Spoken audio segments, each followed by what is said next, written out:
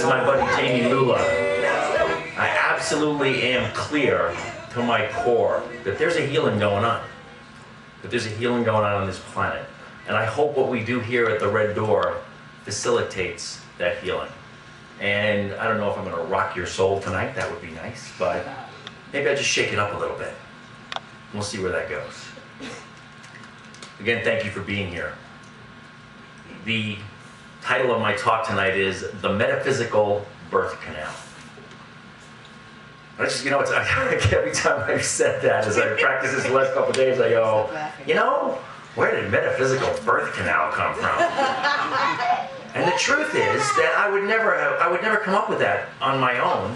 But as I was preparing this talk and getting ready and discussing what this was going to be about, twice in 3 days, people used the words metaphysical birth canal. And I went, wow, pay attention. So to my way of thinking, it's a great metaphor for a time of great change. We live in a world of enormous change. And what I like to think is that this is all about opportunity. I don't see any doors closing. I see only doors opening. And I think the main question for me and for everyone is, am I aware enough, or am I becoming aware enough to recognize the opportunities as they present themselves to me? So back in 1991, how many people are old enough here to remember the presidential election of 1991? 1991, George H.W. Bush, the first President Bush, was running for re-election. He was running against Bill Clinton. And he was really considered kind of undefeatable because he had had some amazing foreign policy victories. And people thought that he was going to be re-elected president. But the economy was in recession at the time. And the feeling was kind of that George Bush was a rich guy and that he really didn't get it. That he didn't relate to the common folk, to everyday Americans and their struggles in a time of recession. So Bill Clinton had this, I think, one of the most amazing political minds on the planet, kind of a loose cannon, crazy kind of guy, James Carville, who a lot of people refer to as the crazy Cajun, and there might be good reason to call him that because he is a loose cannon. But James Carville, in one of their campaign headquarters, put a sign up on the wall. And the sign said, "The economy, stupid." And it was a means to reinforce for the workers in the campaign headquarters that they wanted to talk about the economy as often as they possibly could to demonstrate that George Bush was out of touch with this recession and its effect on the common people. Well, the media, of course, picked up on it. They saw, some media guys saw this sign on the wall, and they immediately came up with the phrase, "It's the economy, stupid," and it became an arrow directly at President Bush. And so they were all running around every chance they got. The Democratic ballot cry was, at George Bush, "It's the economy, stupid." Well, we all know what happened. Bill Clinton won the election. And one of the main reasons for that is because of that particular phrase. Now, we fast forward to 2010. And we have this global recession going on. We have a situation where people are challenged and struggling all over the planet.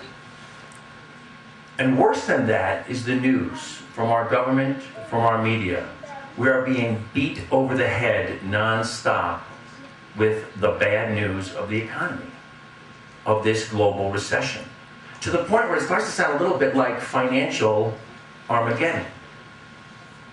And what happens to the collective mentality is that as we get beat over the head with this stuff, we start to buy into it. And we start to believe in it. And we start to think to ourselves, there's nothing I can do about this. This isn't my fault, it's the economy, stupid.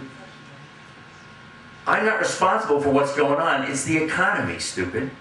And as people are struggling to find jobs, to insure their families, just to pay their bills, they get caught up in this victim mentality. And we have a collective mindset of, it's the economy, stupid. So my metaphor of the metaphysical birth canal is about the idea that we don't need to participate in this, that we can move forward from this. And the key pieces for me are about building daily practice. And the key piece in particular is about meditation and making the connection to God, that connection to spirit, and that understanding that we are all one together on this planet. So I'd like to tell you a little story. Actually, I'd like to read you a little story. And the truth is, I can't see my story.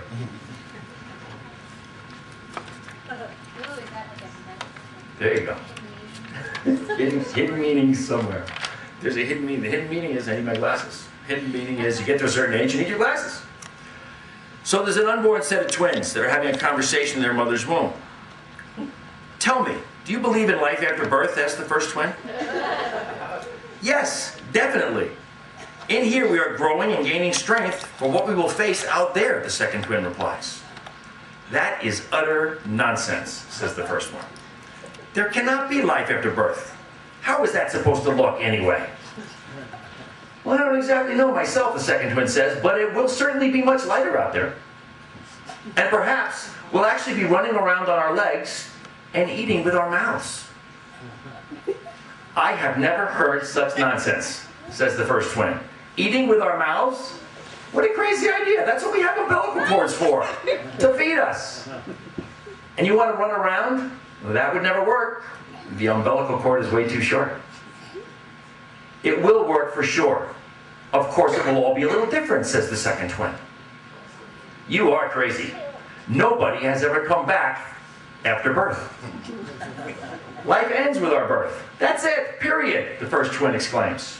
And the second twin says, I must admit, nobody knows what life will look like after our birth. But I know that we will get to see our mother and that she will take care of us. Mother? Are you trying to tell me that you believe in a mother? Well, then where is this mother? Well, right here. She's all around us. We are alive in her and through her. Without her, we could not exist, replies the second twin. Rubbish. I have never noticed anything of a mother. Therefore, a mother cannot exist. And the second twin says, but it's true. Sometimes, when you are really quiet, you can hear her sing, or you can feel it when she lovingly caresses our world.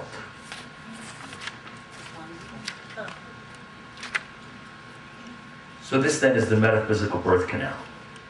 Do me a favor and close your eyes. I want you to feel this birth canal all around you. I want you to feel how tight it is, and I want you to recognize that the pressure you feel is really all of our self-defeating thoughts, our judgments, our attachments. Feel them squeezing you, clinging to you, and feel how very much you desire to pass through to the other side, to escape into the light. Now for a moment, I want you to imagine those old self-defeating thoughts just dying off, melting away. I'd like you to hospice those thoughts. Don't try to expel them. Don't try to force them out. Honor them as they die and as they clear the way for a new way of thinking. A way that has you move from what was to what is. Not to what can be or what will be, but simply to what is. Feel yourself in a new openness, pushed forth from that birth canal into new possibilities, into the light. Now open your eyes.